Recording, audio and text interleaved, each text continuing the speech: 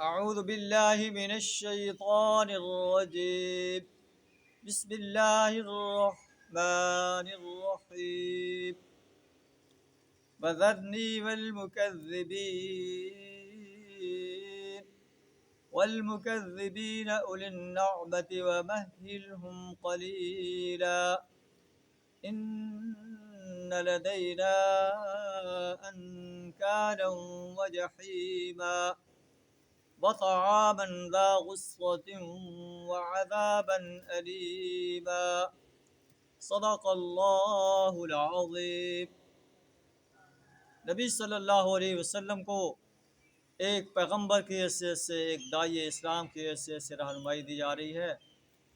اللہ فرماتا ہے کہ جو لوگ آپ کی دعوت کو جھٹلا رہے ہیں، آپ کو ساحر اور مجنون کہتے ہیں، آپ کو کاہن کہتے ہیں، آپ کو تکالیف دے رہے ہیں، ان جھٹلانے والے خوشحال لوگوں سے نمٹنے کا کام مجھ پر چھوڑ دو، ہم ان سے نمٹ لیں گے.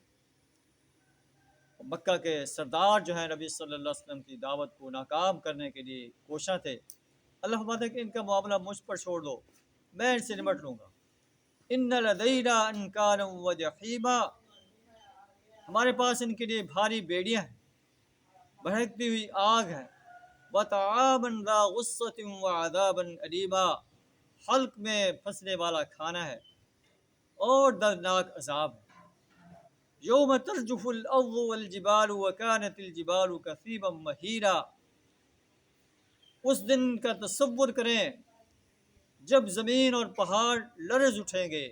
وکانت الجبال کثیبا مہیلا، اور پہاڑوں کا حال ایسے ہو جائے گا جیسے ریت کے ڈھیر ہیں جو بکھرے جا رہے ہیں. اس روز ہم ان ظالموں سے، ان مکذبین سے نمٹ لیں گے، دنیا میں بھی نمٹ لیں گے اور آخرت میں بھی نمٹ لیں گے. اللہ سے دعا کریں ہمیں قرآن کی ان سنہری ہدایات کو اپنانے کی توفیق عطا فرمائے، ایمان اور عمل صالح سے اپنے آپ کو آراستہ کرنے کی توفیق عطا فرمائے، شرک، کفر اور نفاق سے اپنی پناہ عطا فرمائے. وآخر دعوانا ان الحمد للہ رب العالمین.